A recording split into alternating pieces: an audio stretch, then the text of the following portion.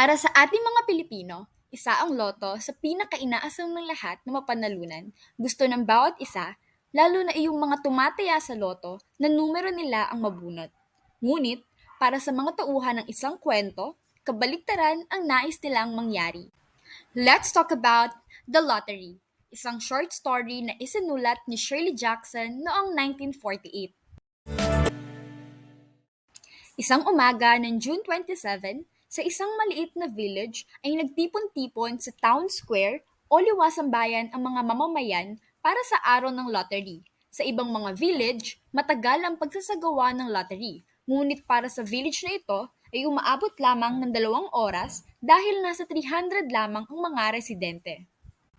Naunang magtipon ang mga bata, kung saan nanguha sila ng makikinis at mabilog na mga bato at tinipon nila ito sa gitna ng liwasang bayan. Nagdatingan na rin ang mga kalalakihan na nag-uusap in a casual way at yung iba naman ay nagbibiroan. Pagkatapos ay ang mga kababaihan na nagkekwentuhan din.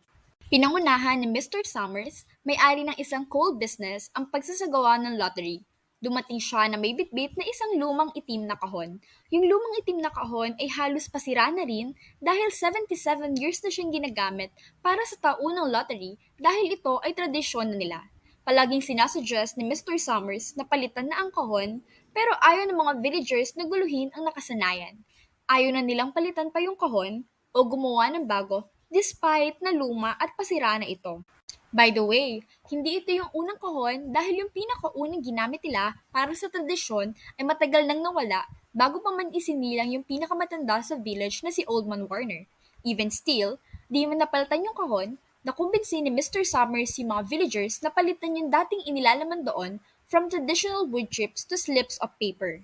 Dati kasi, chips na kahoy ang laman ng kahon, pero ngayon, papel na lang. Meaning, somehow, may nabago pa rin sa tradisyon.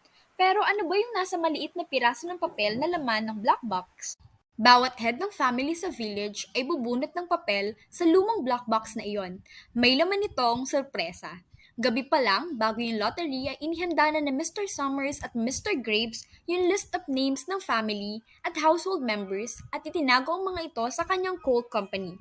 Bahagi na kasi ng tradisyon ang paglilista sa bawat pamilya. Noon nga, bago magbunutan o yung lottery, by the way, lottery means bunutan, ay may pasaludo at pakanta pa, pero nawala na rin yun. Meaning, may nababawas pa rin sa tradisyon nila. Bago pa man magsimula ang bunutan, dumating si Tessie Hutchinson. Humabol lang siya kasi late na siya nakarating. Sabi niya, nalimutan niya raw kasi na iyon ang araw ng lottery. Niloloko pa nga siya ng mga tao kasi late na siya. Parang nagdadahilan lang daw. Anyway, sinamahan na niya yung asawa at mga anak niya. Nagtanong si Mr. Summers kung may absent ba. Sabi ng crowd o ng mga tao ay wala daw si Dunbar. So tinanong niya kung sinong bubunot para kay Dunbar at sabi ng kanyang asawa ay siya na lang daw dahil wala naman silang anak na nasa right age para bumunot. Bago magsimula, muling ipinaalala ni Mr. Summers yung rules ng lottery sa lahat. Babasahin niya yung mga pangalan sa listahan, tapos lalapit yung family heads at bubunot ng piraso ng papel. Pagkabunot ay bawal pang tingnan ng papel hanggang di pa nakakabunot lahat. So nagsimula na ang lottery. Tinawag niya isa-isa yung mga pangalan sa listahan niya at lahat sila bumunot. May isang nagreklamo, si Mr. Adams, sabi niya kay Old Man Warner, yung iba raw sa North Village, baka itinigil na yung pagsasagawa ng lottery. Bilang matanda na pinangangalagaan yung tradisyon, ni-ridicule lang niya yung kabataan. Sabi ni Old Man Warner, ang pagtigil daw sa lottery ay parang pagbalik sa pagtira sa mga kuweba. Sabi ni Mrs. Adams, itinigil na ang lottery sa ibang mga village, pero sabi ni Tandang Warner, gulo lang ang ibig sabihin nun. So natawag na lahat at binuksan na ng lahat ang papel na nabunot nila. Maya-maya lang ay nag-ingay na yung crowd. May mga nagsasabi, nakuha raw ni Bill Hutchinson iyong papel. He got it. Wait, anong ibig sabihin nun? Ano bang meron sa papel? Yung papel na nakuha ni Bill, may black dot.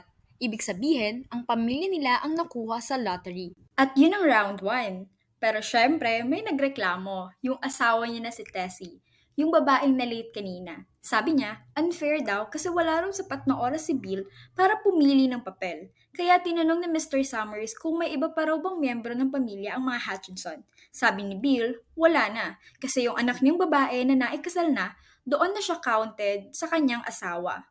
Pero may tatlong anak sila ni Tessie, kaya lang mga bata pa. Nagreklamo uli si Tessie na di raw patas. Si Mr. Graves, yung kasama ni Summers, naglagay uli ng 5 papel sa kahon para sa mga Hutchinson. Ito na nga ang round 2. Tinawag sila isa-isa by their names at bawat isa sa kanila ay bumunot uli ng papel. Pagbukas nila, guess what?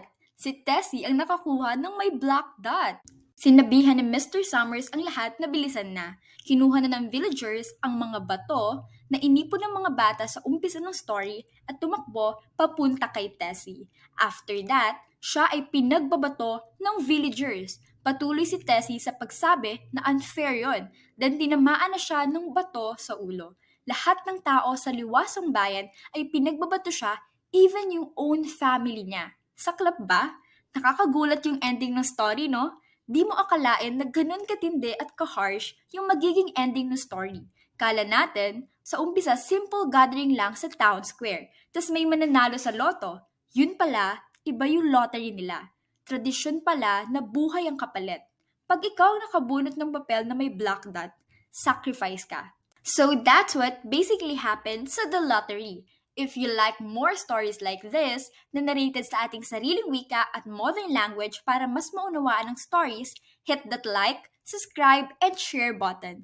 Comment nyo na rin ang feedbacks ninyo or kung may requested kayong story na gagawa natin ng ganito para maintindihan nating lahat, basically. So basically, that's it.